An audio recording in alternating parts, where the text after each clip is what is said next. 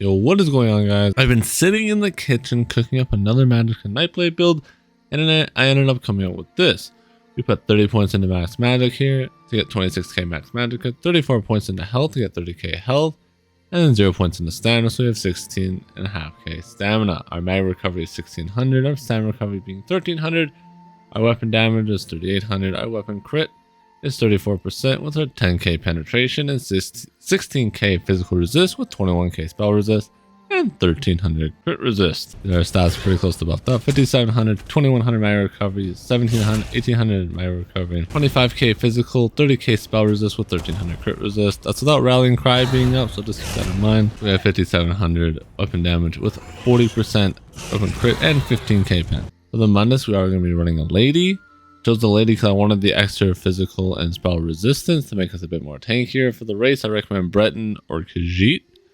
For this race, Khajiit if you want a bit more damage, a little worse sustain, and Breton if you want the extra sustain. Smoke Bear Haunch or Druza Mistral will be the food for this build. Druza Mistral is the cheaper version of Smoke Bear Haunch, so that would work just as fine. And then you should also be a Vampire Stage 3, and that's because the damage reduction is too insane to pass up, in my opinion. So it's a must. Our roll dodge cost for this build is 1900. All our crit damage being 24%. And our crit healing being 14%. Onto our first set here. Our first set here will be Jack of the Two Fangs set. So what this does is when you deal damage, your offensive penetration is increased by 544 for 5 seconds, stacking up to 10 times. We are both barring this build. So what that means is we have it affects on both our bars. So on our front bar you see it's active, and on our back bar you also see it's activated here, and that is so we can get this up 100% of the time. And it's very easy to get up. You get this up basically in 5 seconds. You have full penetration, and it goes up to 5440, which is basically an equivalent of Major Breach, but you can also stack this with Major Breach, so it's very nice. Our other set for this build will be in Rallying Cry. I just put Rallying Cry on the back bar so we can get the critical resistance for 20 seconds and gain the 300 weapon and spell damage. And then our one piece monster set will be Magicka and stamina recovery. You can choose whatever one piece monster set you want here. It's totally personal preference. I just personally like the extra sustain, but you go for some more damage or more tankiness, it's totally up to you. Our jewelry here, we're running a Mark and Ring as our mythic. I chose to run this just for the extra weapon and spell damage and the 2300 armor. Go Pale Order if you want, or something like Sea Serpent Coil, but I think Mark and Ring is just too good on this build to pass up. We're going to be running all infused spell damage glyphs here to get the magic recovery. We're running 3 light on our boots, waist, and hands, all well fitted, all prismatic glyphs. Then 3 medium on our legs, chest, and shoulders, all well fitted, all prismatic. And then 1 heavy reinforced with a prismatic glyph. For our weapon here, I'm running powered with weapon damage enchant. And we're running Rallying Cry on the back bar here as well. I recommend running escapist potions here, or poisons, so you can get rid of snares. We have no way to get rid of snares on this build, so that would be the way to do it. But I just had the weapon damage enchant here. I'm not making escapist potions on the PTS. And then running powered. I chose to run powered because I prefer powered over defending, but that's a personal choice. You can run whichever one you want. And then for our front bar here, I'm running disease with sharpened. And our last set will be the Master Perfected Inferno Staff. Whenever you use Destructive Touch, you increase your weapon and spell damage by 600 for 4 seconds. This is really strong since our burst is very easily comboed with this ability, so it gives us a lot of burst potential and burst options. And then the glyph I recommend running is the disease damage glyph or poisons as well. Our first skill will be Merciless Resolve, nothing else to be said here. I'm running Inner Light. This to get extra max magicka. If you want potentially more damage, you want Camouflage Hunter here, but I just like the extra max magicka for a bit more sustain on the front bar, but that is totally up to you. Flame Clench here, this is our main stun for this ability, and this is what also allows us to proc our Master Infernal Staff to get that 600 weapon and spell damage. Swallow Souls will be our main spammable, and then Elemental here gives us Major Breach for 30 seconds, and it gives us Burning Chill and Concussive Status Effect every 7.5 seconds. This is massive since this basically allows us to run another glyph as disease here, and this ability is free, so that 7.5 seconds every time you get the Burning and Chilled and Concussive Status Effect is really nice for some extra damage. And then Ice Comet here, I chose to run Ice Comet because I felt like I wasn't hitting enough in caps. If you don't run Ice Comet, you could also run Dawnbreaker or Smiting here instead.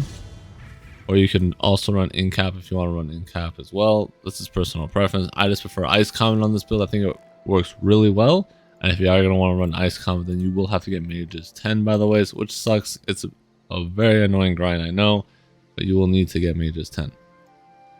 And then healthy offering. I like this more for the minor mending, but you could use the other more if it's solely up to you. Shadow image for the extra mobility it gives, and the minor mayhem is very nice. Resolving vigor gives us a good heal over time, and it helps us with our stamina pool since our stamina recovery is relatively high. It's 1900 fully buffed, and our mag recovery is 2100 fully buffed.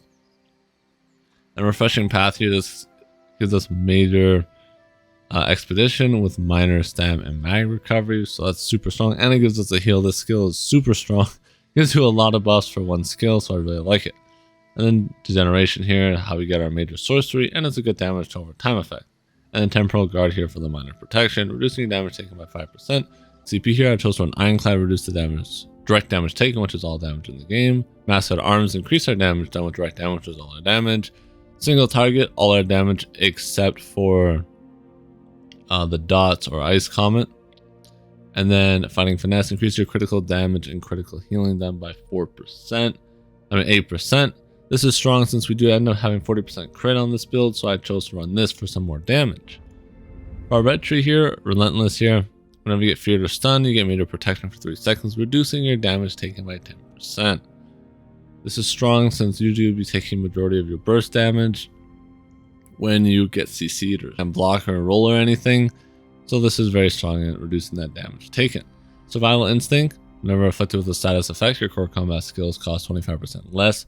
Very strong, gives you a lot of extra sustain. Pain refuge, no ways to cleanse negative effects on this build. So sustain by suffering and pain refuge are very good. So these will just stack up over time, and pain and sustain by suffering will always be up, and you always get that free 150 mag and stamina recovery, which will help your sustain immensely. And for our green tree here, I recommend a war mount, gifted rider, rationer, liquid efficiency, and breakfall. The way you want to play the build is relatively simple. Make sure all your buffs are up on the back bar, your shadow image and whatnot. Pop the generation, immediately use your merciless to get the auto, and then just auto weave every auto. And you just poke down with Swallow Soul and just spam Flame Clench to make sure you have the consistent 600 extra weapon and spell damage for having it up. That's very important since it does give you a big bunch of extra damage. So I just recommend spamming that once every 5 seconds. You always have the extra 600 weapon and spell damage. There's 2 ways to combo on this build in terms of burst. The first one is you go Flame Clench into Merciless, which will always hit. So you can just walk up to this guy, Flame Clench like this, and Merciless, that will always hit every time. Or you can go Flame Clench and try and get a cheeky Meteor. If the Meteor does hit, it does a bunch of damage. You can quickly combo that off with Merciless, so this will both hit at the exact same time, and it will 100 to 0 someone if that does connect. So just keep that in mind. But another good way against a better player, since that generally won't work against a better player, since they'll usually just block Ice Comet and your damage will get reduced, is actually to go for the Flame Clench Merciless to chunk them down, and then continue that up with an Ice Comet right afterwards to keep up the pressure. And what that'll do, that will force them to hold block, and you can just pelt them with more damage. Since they're holding block and not fighting back, you can get another Merciless off very quickly since you'll be auto attacking a lot. And just a lot of sustained damage with burst, and it allows you to finish off your opponents relatively easily. Always make sure you have your elemental up here for major breach. Your pen on this build goes up to 21k if you are wondering, by the way. 6k weapon damage with rallying cry up. And another good way to survive is actually to use your rolls, since we do have 6 well fitted and 3 light and 3 medium, which they all reduce the cost of roll. Your rolls are very, very cheap on this build. So it's very nice. You can actually roll quite a bit. Even though you're not a stand build, you have a lot of rolls at your disposal. I would keep it around 3 or 2, and then just hold block or go for heals, and then go back to rolling once the green light on your feet wear off. You can go back to rolling again 2 or 3 times. And it gives you a lot of extra survivability since you can roll a lot with this build, and since you have around 1800 stamina recovery and you're running tripods. You do have a lot of stam sustain, which a lot of survivability does come actually from rolling, which is very nice. If you guys have any questions regarding the build, I'd be happy to answer anything down in the comments below. And with that, I hope you guys did enjoy.